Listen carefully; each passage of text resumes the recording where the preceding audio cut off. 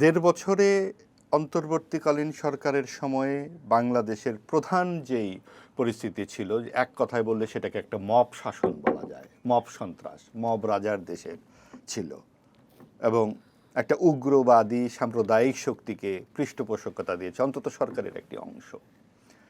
সেই ধারাবাহিকতায় যতই মুখে বলা হোক না কেন, আপনারা মন খুলে লিখুন, আপনারা স্বাধীনভাবে লিখুন, সরকারের সমালোচনা করুন, সেই জায়গায় কিন্তু নানান অস্থিরতা বিশৃঙ্খলা ছিল সমাজের নানান ক্ষেত্রে।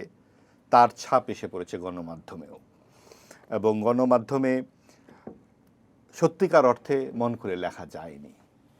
চেষ্টা হয়েছে, সেই অর্থে সাংবাদিকরা গুম হয়নি বটে, তবে জেলে গেছে, চাকরি হারিয়েছে, বিভিন্নভাবে চাকরি হারিয়েছে। এবং আমরা শুনেছি, আমরা জেনেছি আমাদের সহকর্মীদের কাছ থেকে, বিভিন্ন গণমাধ্যমে নানান অদল বদল হয়েছে, সাংবাদিক যে সমস্ত সংগঠনে অদল বদল হয়েছে, প্রেস ক্লাবে অদল বদল হয়েছে, কোনোটাই নিয়মতান্ত্রিকভাবে হয়নি।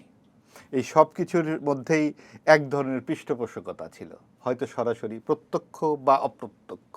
এবং এই সামাজিক যে বিলোড়ন ঘটে গেছে এই 18 মাসে, তার ছাপ গণমাধ্যমেও এসেছে।